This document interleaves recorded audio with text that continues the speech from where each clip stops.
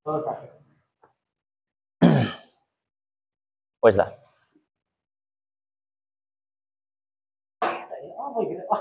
Ya nggak ada penjelasan di sini. Wes lah. La ilaha illallah Muhammadur Rasulullah. Bismillahirrahmanirrahim. Alhamdulillahirabbil alamin wassalatu wassalamu ala asyrafil anbiya'i wal mursalin nabiyina wa sayyidina Muhammadin wa ala alihi wa ashabihi ajma'in wa man sara ala nahjihi ila yaumiddin. Allahumma subhanaka la ilma lana illa ma 'allamtana innaka antal alimul hakim wa tub 'alaina innaka antat tawwabur rahim.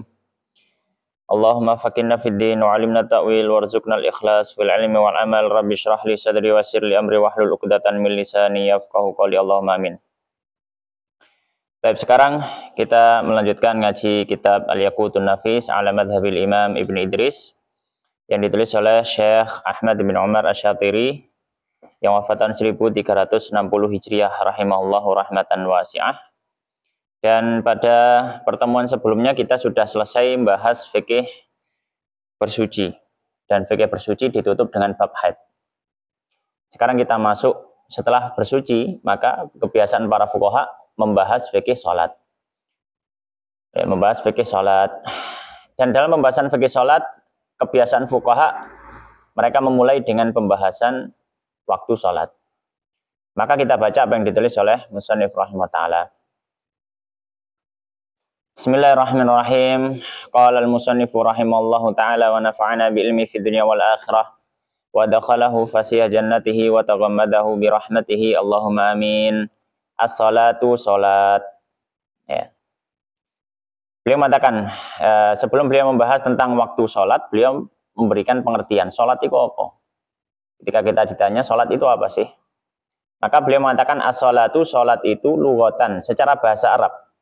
Artinya apa? Ad-du'a'u bi khairin, doa kebaikan. Jadi kalau kita berdoa tapi doanya isinya kebaikan, maka itu dalam bahasa Arab bisa disebut apa? Salat. Ya, bisa disebut salat. Ya.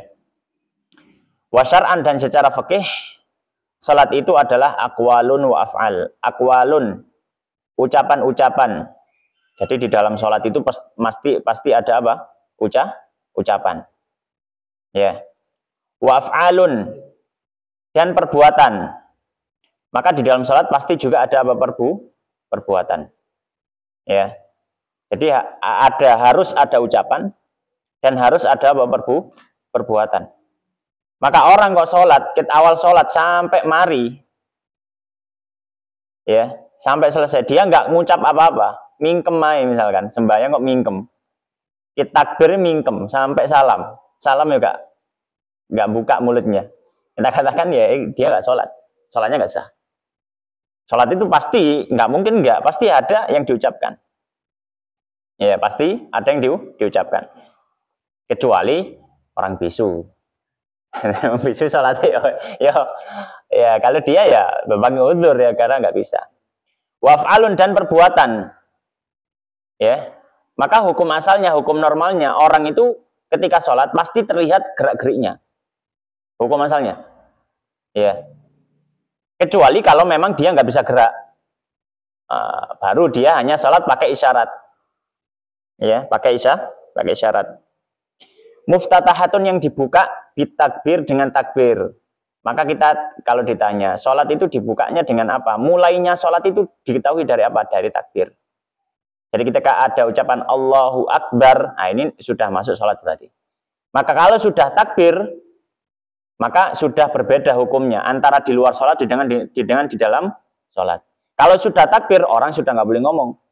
Kalau sudah takbir, orang kalau kentut harus keluar dari sholat. Ya. Kalau sebelum takbir, maka belum masuk sholat. Maka masuknya dengan takbir. Wa muhtatamatun, ditutup bitaslim, dengan salam. Sholat diketahui selesainya dengan apa? Salam. Ghaliban, secara umum. Apa maksudnya secara umum? Normalnya adalah seperti ini. Tidak menutup kemungkinan berarti ada sholat-sholat yang tidak terpenuhi seperti apa yang diartikan. Dan itu kondisi-kondisi yang jarang. Misalkan apa? Sholatnya orang bisu. Orang bisu kan nggak mungkin akwal ngomong apa. Au misalkan. Nggak bisa. Maka ya akwal nggak masuk. Nah, jadi makanya beliau memberikan catatan apa? Ghaliban. Umumnya seperti itu. Ya. Terus juga beliau memberikan catatan ghaliban umumnya seperti itu. Karena ada ya sholat-sholat yang mungkin tidak ada gerakan yang sempurna. Seperti apa? Sholat jenazah. Sholat jenazah nggak ada ruku, nggak ada sujud. Ya. Ya, tidak ada ruku, tidak ada sujud. Dan juga mungkin tidak pakai gerakan. Seperti apa? Contohnya sholatnya orang yang lumpuh. Seluruh tubuhnya lumpuh. Seluruh tubuhnya lumpuh. Dia nggak pakai gerakan sama sekali. Ya, tapi pakai apa? Isyarat. Ya. Tapi umumnya sholat, normalnya sholat, ya ada ucapan, ada perbuatan, dibuka dengan takbir, ditutup dengan salam. Nah, sekarang kita masuk pembahasan berikutnya. Pembahasan berikutnya itu adalah sholat 5 waktu dan waktu-waktunya. Membahas tentang waktu sholat. Perlu kita ketahui, sholat ini punya waktu yang terbatas. Gak sakar PDW. Ini memberi hikmahnya apa? Di antara hikmahnya, ini memberikan perlatian terhadap kaum muslimin supaya hidup itu dengan disiplin. Waktu itu adalah hal yang berharga bagi manusia. Waktu itu hal berharga bagi manusia. Maka manusia harus benar-benar bisa memanfaatkan waktunya dengan baik. Kudu iso noto waktu. Ya. Maka Islam melatih orang muslim itu ditata waktunya. Apa? Waktu sholat. Maka waktu sholat ini menjadi patokan kegiatan apapun bagi seorang muslim. Idealnya gitu. Katanya ada nopo. Sing didelesik waktu sholat. Oh jadi dideleh, ngene. Sholatin kok ae.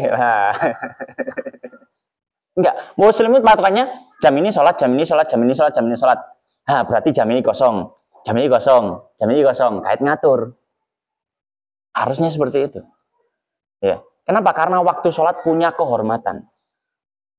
Waktu sholat punya kehormatan. Ditunjukkan oleh apa? Para ulama menyatakan, kalau seandainya orang itu, dia nggak bisa wudhu, dia juga nggak bisa tayamum, dia tetap wajib sholat. Lu mboten saged wudhu, mboten saged tayamum. Dia tetap wajib sholat. Tapi nanti dia ulangi lagi kalau dia dapat debu untuk tayamum atau bisa wudhu. Terus napa Ustaz fungsinya sholat wau? Tapi salah. Fungsinya sholat adalah menghormati adanya waktu sholat itu. Supaya orang nggak meremehkan. Ini hubunganmu dengan pangeran. Ya, kalau kita ingin bertemu dengan seorang manusia saja yang hina, ya, kita harus bowing misalkan ketemu presiden, ya, untuk lamaran misalkan. Mau pikir sak minggu engko aku nggak kelambi opo, nggawa opo, sing tak jak sapa, budal jam piro, numpak opo, itu sudah dipikir macam-macam sudah. Ini ngadep pangeran saenake dhewe. Ya, sing kayak mangan sapa pangeran tak mertuamu. Ya, maka ini perlu diperhatikan. Sholat ini. Ya, sholat ini. Semua boleh dikalahkan kecuali sholat. Nah, itu prinsip seorang muslim itu. Maka beliau mengatakan as-shalawatul maktubatu, sholat wajib. Sholawat itu jamaknya sholat jamaknya sholawat gitu ya.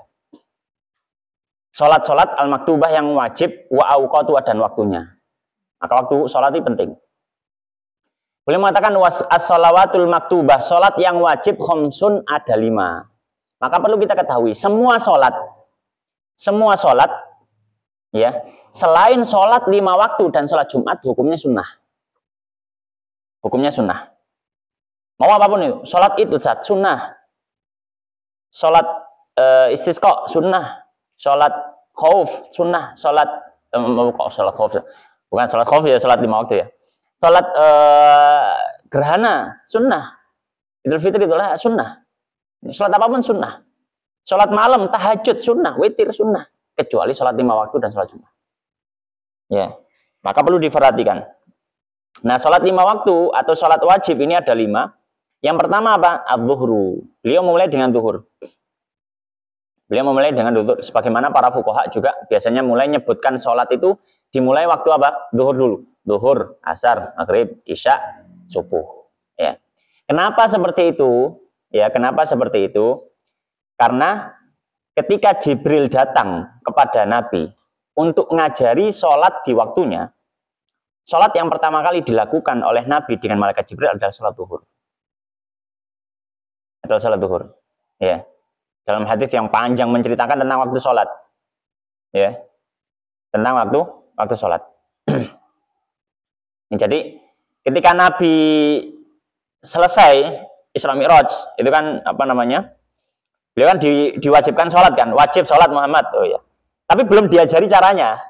Dalam artian caranya waktu-waktunya belum tahu. Nah, baru pertama kali diajari malaikat Jibril itu siang harinya. Membengi Isra Mi'raj, siang harinya Jibril baru datang, kemudian apa?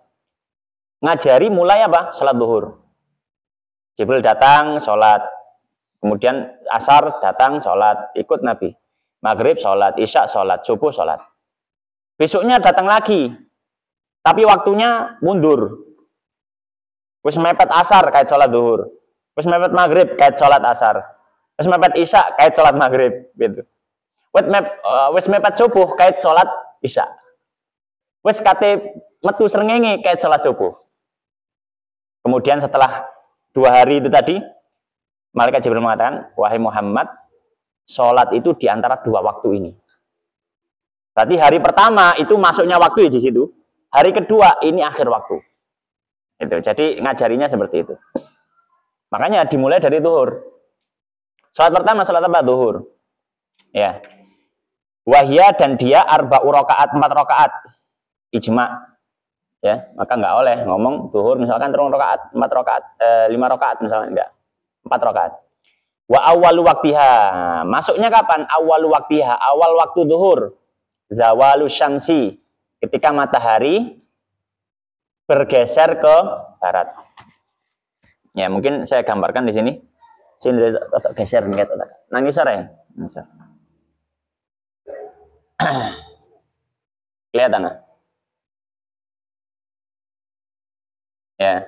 Kata? Ya. Bayangkan ini matahari ya. Bayangkan ini matahari. Ini adalah benda ya. Ini matahari. Kemudian ini matahari. Matahari. Kemudian ini matahari. Kemudian ini matahari. Ini matahari kemudian. Nah, ini adalah apa namanya? Anggap aja tak kayu gitu ya. Biyen ya, masjid-masjid zaman dulu itu di halaman di pelataran masjid dipasang jam matahari. Wong biyen ngaran pandom. Jadi di apa ada kayak koyok kayu ukur gini. Jadi supaya tahu nanti kan gesernya seringnya ngerti. Baik. Nah, matahari kalau pas tepat ini di atasnya pas, itu namanya istiwa. Waktu ini namanya istiwa. Waktu ini jenis apa? Istiwa. Ini nggak boleh sholat. Baru boleh sholat ketika sudah agak geser ke barat. Ini barat ya. Ini timur. Oke, tok bisa. Barat, ini timur. Ya. Nah, ketika sudah bergeser gini, otomatis bayangan akan nambah di sini kan? Ya, bayangan di sini. Ya, ketika matahari ini namanya zawal. Zawal. Ini mulai masuk zuhur. Ini cara zaman lawas ya, saya ini kan zaman modern ya.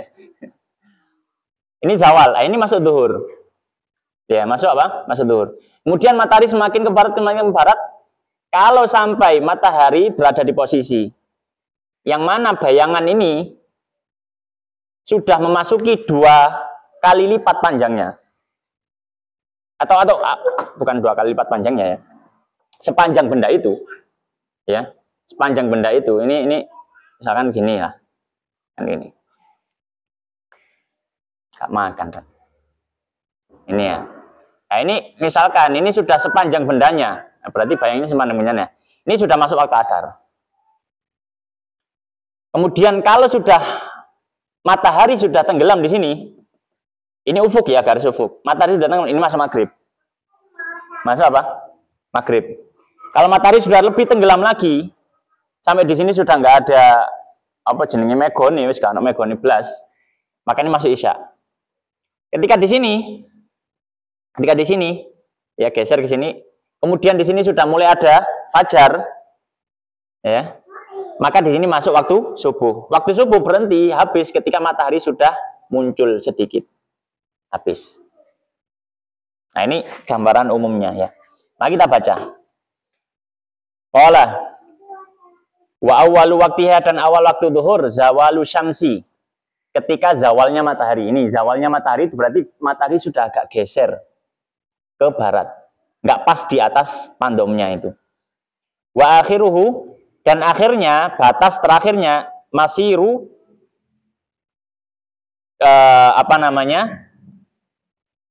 menjadi dhilli kulli syai'in. Dhil itu bayangan, ayang-ayang, yudhil, bayangan, ya, menjadi bayangan kulli syai'in, setiap benda, mislahu, sepanjang bendanya.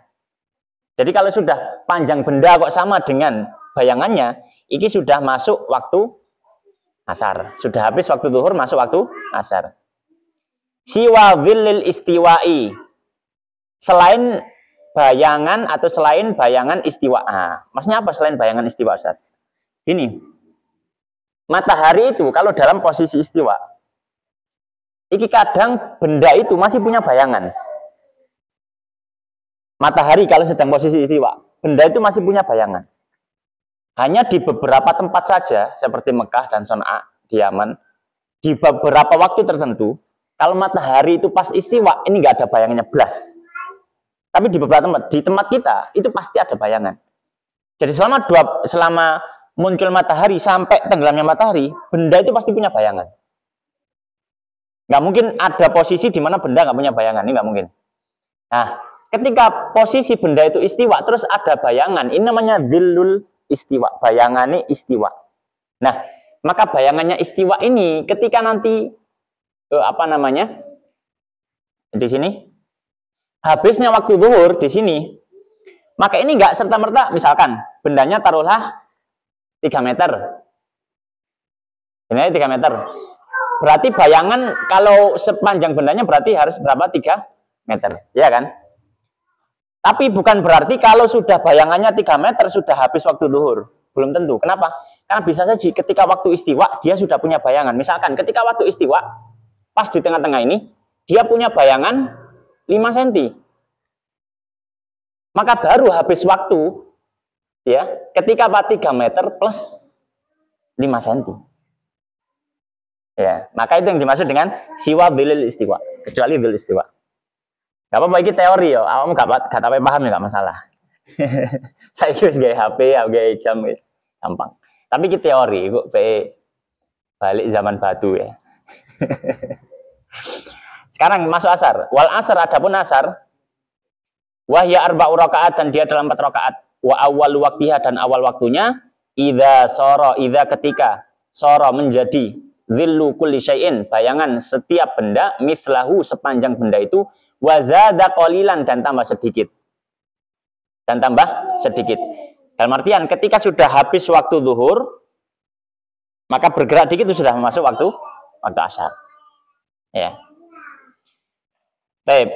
Kemudian wal maghrib, dan maghrib. Wahia, dan dia adalah salah rakaat, 3 rakaat. Maghrib 3 rakaat.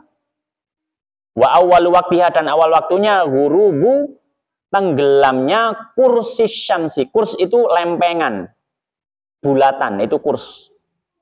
Ya, kursi syamsi. Kita murul. Ghurubu, ya. Ghurubu, tenggelamnya kursi kagesot, lempengan asyamsi, matahari. Maka ini tadi saya sampaikan. Maka kalau misalkan Ustaz, matahari ini pun mendelep tapi masih intip-intip misalkan. Tenggelamnya cuma segini misalkan. Kita katakan ini belum habis waktu maghrib. Belum masuk waktu maghrib. Ini masih waktu asar. Kenapa? Karena lempengan matahari masih kelihatan. Ya. Maka masuknya waktu maghrib ketika apa? Sudah habis lempengan matahari di ufuk. Wa akhiru, dan akhir waktu ghaibubatu syafaqil ahmar, ghaibubah, hilangnya. Akhir waktunya kapan? Hilangnya asyafaq. Syafaq itu mego. Al-ahmar yang berwarna merah yang ada di langit. Ya, yang ada di langit. Ini habisnya waktu maghrib. Kalau waktu isya, wal isya dan waktu isya, wahia arba'u raka'atin, dan isya itu 4 rakaat. Wa awwalu waktiha, dan awal waktunya, ghaibu batus syafaqil ahmar, ketika hilang mega merah. Maksudnya apa? Berarti ketika habis waktu maghrib, masuk waktu isya. Nah, pertanyaannya, akhir waktu isya kapan, Ustaz? Beliau mengatakan, wa akhiruhu, dan akhir waktu isya, tulu'ul fajri shadiq. Tulu terbitnya al-fajr, fajar. As-shadiq, fajar, shadiq. Ya, fajar, shadiq. Karena fajar di waktu subuh itu ada 2. Ada namanya fajar shadiq, ada namanya fajar kadhib. Fajar jujur, ambil fajar bijui. Itu bukan sifat untuk si fajar, nama orang ya, bukan. Kenapa kok disebut fajar jujur? Karena habis keluar cahaya fajar ini, terus habis itu nggak mungkin malam lagi. Terus tambah padang, tambah padang, tambah padang. Maka cahaya fajar yang muncul itu jujur. Aku iki wayahe padang, wayahe awan, gitu. Makanya disebut fajar yang jujur. Nah, ada fajar sebelum fajar shadiq, namanya fajar kadhib. Fajar ini di langit sebelah timur itu nanti muncul cahaya. Kalau kita melakukan eksplorasi, melihat ya, wayai adzan pertama subuh itu, di langit itu akan muncul cahaya ke atas putih. Itu. Habis muncul cahaya ke atas, terus hilang peteng maneh. Nah, cahaya ini disebut dengan fajar kadhib. Kenapa? Soalnya metu cahaya, tapi dadak nembijui bengi maneh. Disebut fajar kadhib. Saiki nanggon kene padang angel delok. Di tempat-tempat yang gelap di pucuk gunung, nanggone lautan bisa lihat. Kalau sekarang sulit, banyak ini. Ya, jadi di langit sebelah timur itu kalau pagi hari subuh ya, subuh, wayai sahur itu banyak ada cahaya ke atas putih. Habis itu hilang. Terus ada cahaya lagi, tapi cahayanya bukan ke atas, nyebar. Ya, nyebar. Jadi kalau misalkan kita lihat terus di sana misalkan ada gunung, itu nanti kalau fajarnya fajar shadiq, itu bentuk gunung ketok dili.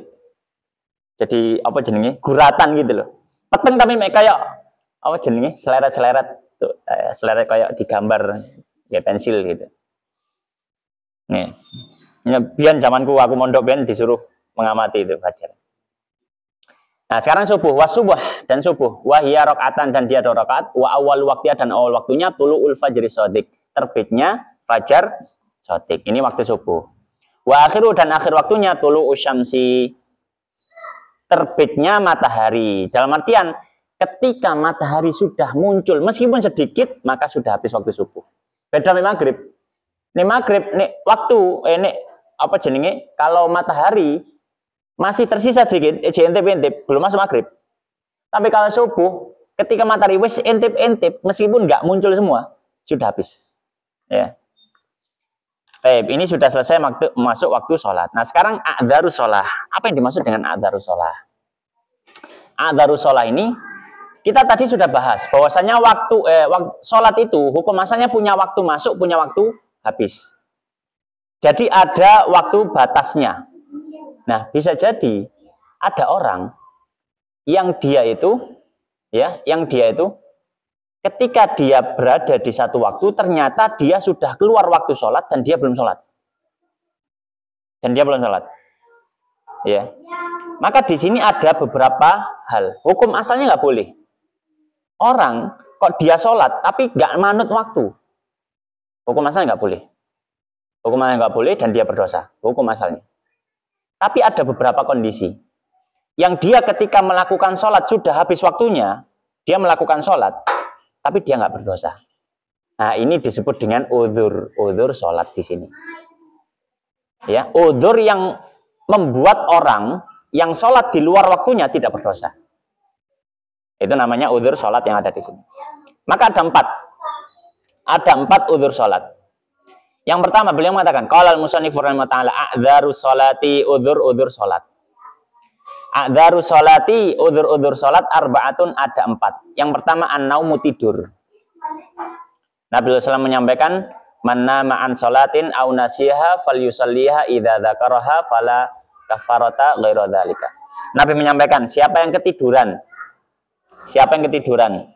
dari waktu sholat, ya tangi-tangi misalkan, ya jam 6, jam 7, ya, tiduran dari waktu sholat, atau dia lupa, maka dia sholat ketika itu dan tidak ada penghapus, ya, penghapus atau tidak ada pengganti kecuali dia harus sholat. Jadi harus qadha. Ya.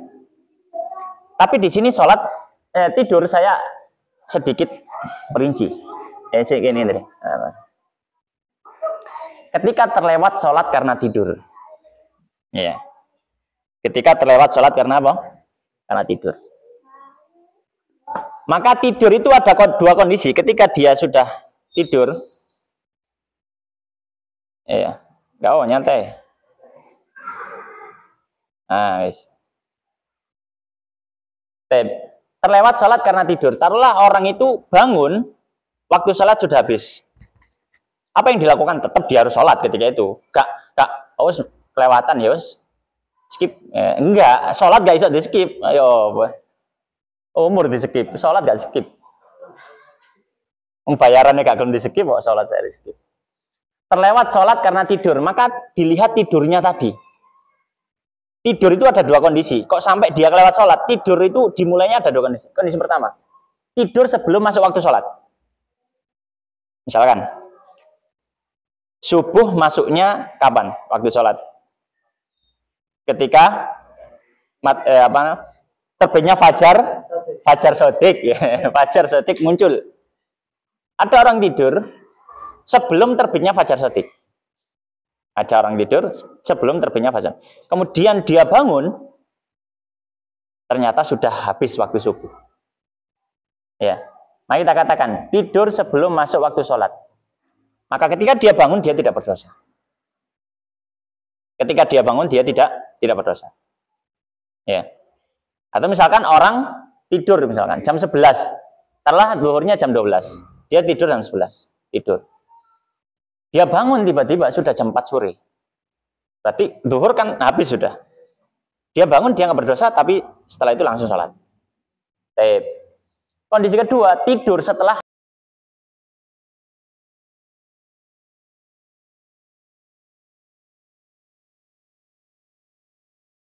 rekam terus kapan? Gue telepono YouTube itu aman. Tidur setelah masuk waktu sholat. Nah ini kadang terjadi. Terjadi apa? Ngelilir. Nah awas. Kadang mungkin kalau kasusnya zuhur, kita tidur jam 11. Ngelilir pas adzan zuhur, ngelilir iki. Terus turu maneh. Nah ini berarti dia tidurnya kapan? Tidur sebelum masuk sholat atau setelah? Setelah. Hati-hati ngelilir iki setelah iki, ngelilir biasanya setelah. Nah, kok ngelilir misalkan terus turu maneh ketika sudah masuk waktu sholat. Dia punya dua kondisi. Ketika dia tidur di dalam waktu sholat sudah masuk. Kondisi pertama, prasangka kuatnya dia akan bangun sebelum habis waktu. Mantuk pol aku, tak alarm. Saya yakin tangi. Tak turu sak jam sik, di alarm sudah yakin. Tidur. Tangi bablas. Gak kerungu, alarm di dekatnya gak kerungu. Alarmnya ketindihan bantal misalkan, gak kedengaran. Terus dia bangun, tidak berdosa. Tidak berdosa. Ya, baik. Kondisi kedua, prasangka kuat atau dia punya keraguan, dia nggak bisa bangun. Ini sudah ngelilir ya, ono adzan ngelilir. Aku nek turu maneh iki mbok tangi buka ya kira-kira. Rada ragu. Terus ya wis lah turu. Bangun temenan. Bablas. Berdosa. Berdosa. Kenapa? Karena dia tetap maksa tidur padahal ada keraguan. Dia bisa bangun apa enggak setelah itu. Ada keraguan. Maka dia berdosa. Kenapa? Karena dia mempertaruhkan waktu sholat itu. Mempertaruhkan waktu sholat. Ini untung ya tangi, ini gak untung ya bablas. Nggak boleh. Waktu sholat punya hormat tadi. Punya kehormatan. Berdosa. Nah kalau berdosa, apa dampaknya? dia wajib langsung qadha sholat. Bangun langsung awal kali yang dia lakukan adalah ambil air wudhu langsung sholat. Nggak boleh melakukan aktivitas lain dulu.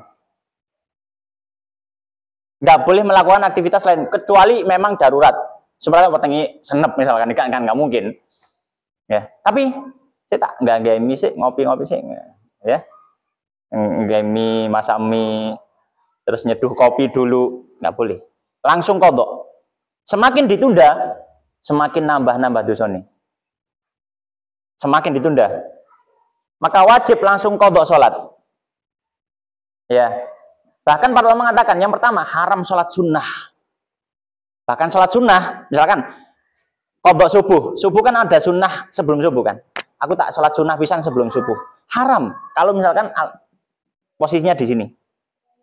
Terus saya kepingin sholat sunnah sebelum subuh. Nanti qadha nek mari sholat subuh. Jadi sholat sunnahnya juga ikut di qadha mari sholat subuh. Ya, atau sholat zuhur misalkan qobliyah zuhurnya di qadha setelah sholat. Yang kedua sunnah qobliyah ini tadi ya, haram sholat sunnah sebelum qadha misalkan. Ya misalkan tangi jam itu, sik tak sholat duha sik, enggak oleh. Subuh gurung wis duha. Kualik mikirmu kualik. Padha wong eman rek sholat id gak sembayang. Sembayang 5 waktu lho gak tau sembayang, kok eman sholat id sih. Sholat id lho sunnah. Jumatan gak tahu, tapi sholat itu eman. Ya baik. Terus apa sholat sunnah qobliyah diqadha setelah sholat wajib, nggak boleh apa? Bahkan sholat sunnah qobliyah juga nggak dilakukan. Ini kondisinya. Ya, ini semua berlaku dalam kondisi ketika dia memang tidak disengaja ketika mulai tidur nanti tak sholat ketika habis waktu. Semua kondisi ini tidak ada kesengajaan dalam hatinya. Aku kok tangine kok ae. Nek wis lewat waktu. Tapi kalau dia sejak mulai tidur dia sudah ada niatan. Saya nanti sholatnya sudah habis waktu saja. Sudah dosa sejak awal. Nggak ada perincian, Kak, butuh perincian. Ya, kenapa? Karena dia sudah mulai apa? Atau sudah sejak awalnya dia sudah mulai, dia sudah sadar bahwa dia akan melanggar perintah Allah, tapi tetap dilakoni, tetap berdosa. Yang kedua, wan nisyanu, nisyan itu lupa. Dalam satu kondisi kadang orang lalai. Karena fokus nyambut gawe, adzan. Oh iya, sik dulu. Fokus nyambut gawe. Komat yo, didelok. Ya, misalkan adzan jam 12. Fokus gitu ya, engko sik ngenteni komat. Komat didelok jam lu jam 4. Terus petang jam nang ngono. Gak kroso. Jam 4. Lu komate kapan, Mang? Ternyata komate nang jero masjid, gak game iku misalkan. Ternyata apa? Sudah habis waktu. Itu lupa, lalai ya. Nah, kalau orang terlewat sholat karena lupa, dilihat. Kok iso? Lalimu gara-gara apa? Nah, ini diketahui. Nah, nggak ngaji. Luar biasa gara-gara ngaji. Yang pertama, lupa karena hal mubah. Hal apa? Hal mubah. Ada wajib, ada sunnah, ada mubah, ada makruh, ada haram. Ya. Kalau dia lupa karena hal mubah, nah kita katakan tidak berdosa. Ya. Nah, kenapa tidak berdosa? Misalkan apa? Tandang gawe. Ya, misalkan anterin jahit.